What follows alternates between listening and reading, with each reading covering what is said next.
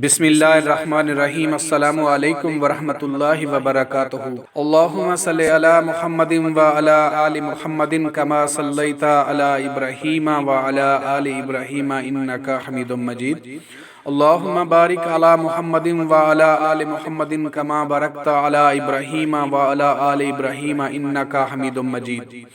لاکھوں کروڑوں درود نبی کریم صلی اللہ علیہ وآلہ وسلم کی ذات اقدس پہ جو وجہ تخلیق کائنات ہیں۔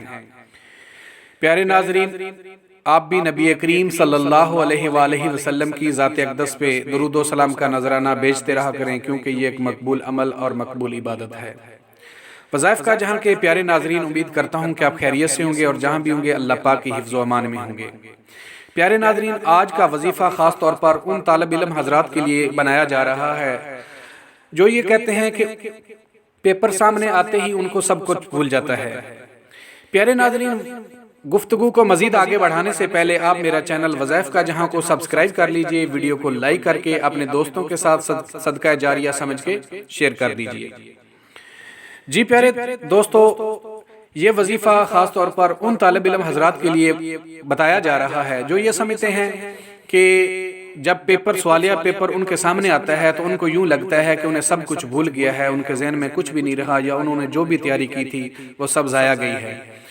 تو پیارے ناظرین، وظیفہ پیش خدمت ہے، غور سے سن لیجئے کہ جب سوالیہ پیپر آ جائے، جب سوالیہ پیپر آپ کے سامنے آئے تو آپ نے اس کو پڑھنا نہیں ہے بلکہ الٹا کر کے رکھ دینا ہے۔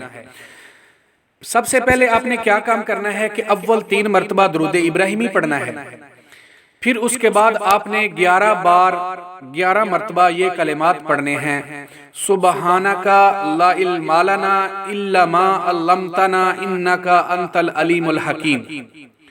دوبارہ دہرا رہا ہوں کہ اول 3 مرتبہ درود ابراہیمی پڑھنا ہے، پھر آپ نے 11 مرتبہ یہ کلمات پڑھنے ہیں: سبحانک لا علم لنا الا ما علمتنا انک انت العلیم الحکیم۔ پھر آپ نے 11 مرتبہ یا فتاحو یا فتاحو یا فتاحو، اس کو 11 مرتبہ پڑھنا ہے۔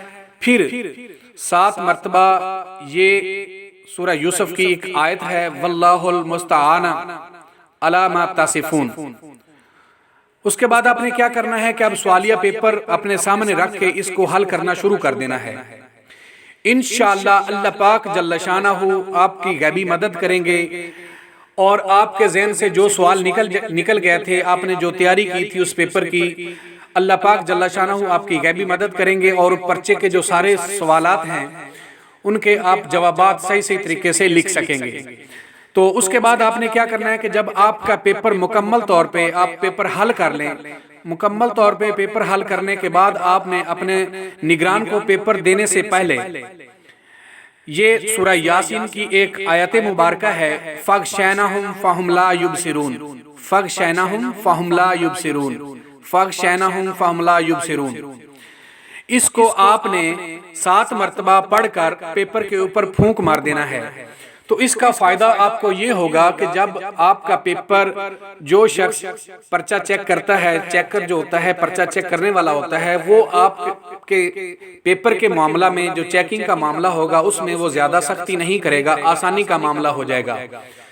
تو اس طرح آپ کے لیے آسانیاں پیدا ہو جائے گی۔ اللہ پاک جل شانہ اس عمل کی برکت سے آپ کی غیبی مدد فرمائیں گے۔ پیارے ناظرین، یہ تھا آج کا عمل، اس کو آپ غور سے پڑھ لیجئے۔ اگر کسی بات کی سمجھ نہ آئے تو آپ ہم سے کمنٹ سیکشن میں پوچھ سکتے ہیں، آپ کے ہر سوال کا جواب دیا جائے گا۔ یہ تھی آج کی پیاری ویڈیو، ملتے ہیں اسی طرح کی ایک اور نئی ویڈیو کے ساتھ، تب تک کے لیے اجازت دیجئے۔ اللہ نگہبان۔